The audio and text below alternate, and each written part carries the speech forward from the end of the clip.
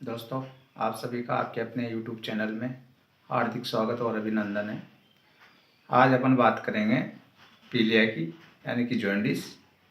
तो इसकी बात करने से पहले मैं आप सभी से बोलना चाहूँगा कि जो भी कैंडिडेट नए आए हैं वो कृपया इसको सब्सक्राइब कर दे और बेल आइकन बटन ज़रूर दबा दे और अपने लोगों के लिए इसको ज़रूर शेयर करें, जिससे सभी को इसकी जानकारी हो सके तो इसके बारे में वो ट्रीटमेंट जान सके। पीलिया एक ऐसी बीमारी है जिसमें बिलीरुबिन की मात्रा ब्लड के अंदर बढ़ जाती है अपने शरीर में, जिससे कि बॉडी जो है पीले कलर की हो जाती है। यानी कि बिलीरुबिन जो होता है वो एक ऐसा पिगमेंटेशन होता है जिसका कलर पीला होता है, और पीला होने के कारण वो बॉडी के अंदर जब उसकी मात्रा बढ़ जाएगी तो ऑब्वियस सी बात है कि बॉडी पीली पड़ जाएगी। बॉडी के सभी अंग जो है पीले होने लग जाते हैं। जॉन्डिस के कारण हेपेटाइटिस की वजह से हो सकता है, गॉल ब्लैडर में स्टोन की वजह से हो सकता है, बाइल डक्ट में ऑब्स्ट्रक्शन की वजह से हो सकता है, या बाइल डक्ट में इन्फ्लामेशन हो उसकी वजह से हो सकता है, या इन्फेक्शन हो उसकी वजह से हो सकता है, या फिर हीमोलाइटिक एनीमिया हो उसकी वजह से जॉन्डिस हो सकता है, या किसी प्रकार की ट्यूमर हो तो उसकी वजह से हो सकता है। जॉन्डिस में जो है टोटल जो बॉडी है पीली हो जाती है, जिसमें आँखें पीली हो जाती है, टंग को अगर देखो, जीभ को देखते हो तो पीली हो जाती है, और नेल्स नाखूनों को अगर देखा जाए तो पीले हो जाते हैं। यानी कि इन चीज़ों को देख करके अपन बता सकते हैं कि इसको जॉन्डिस हो गया है।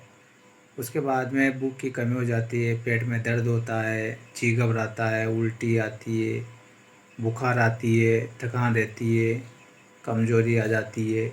इस तरह से कई सारे जो है सिम्टम्स ऐसे पेशेंट में देखे जाते हैं। ध्यान देने वाली बात है कि पीलिया के अगर पेशेंट है तो उसको 15 दिन से लेकर के 60 दिन तक बॉडी रेस्ट दिया जाना चाहिए, जो कि दवाओं के साथ साथ अगर बॉडी रेस्ट उसको दिया जाए तो वो जल्दी से ठीक हो जाता है।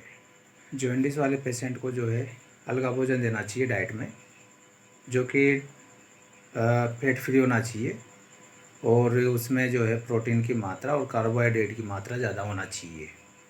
जॉन्डिस के पेशेंट को ग्लूकोज अधिक मात्रा में देना चाहिए।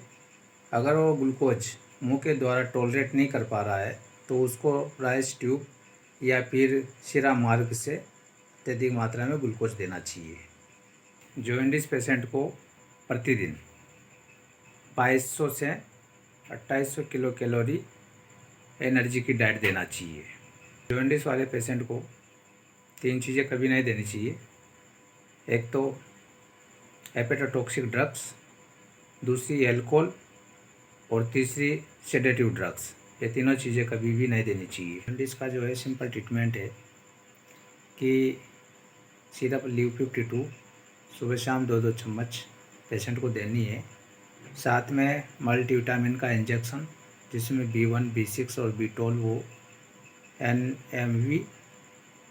NVM वाला 2 ml का इंजेक्शन आता है, उसको एक दिन छोड़ के एक दिन लगा सकते हैं। साथ में बिकासुल कैप्सूल इसको रोज़ाना दिया जाना चाहिए, जो कि विटामिन C के साथ में आता है।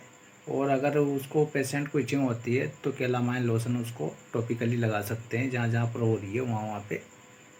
और साथ में एंटासिड के रूप में इसको जो है रेवेप्राजोल अपन दे सकते हैं सुबह खाली पेट। इसी के साथ में जो है आप IV फ्लूइड इसको ज़्यादा दें, जिसमें 5% या 25% डेक्सट्रोज ज़्यादा इन्वॉल्व किया जाए इसमें।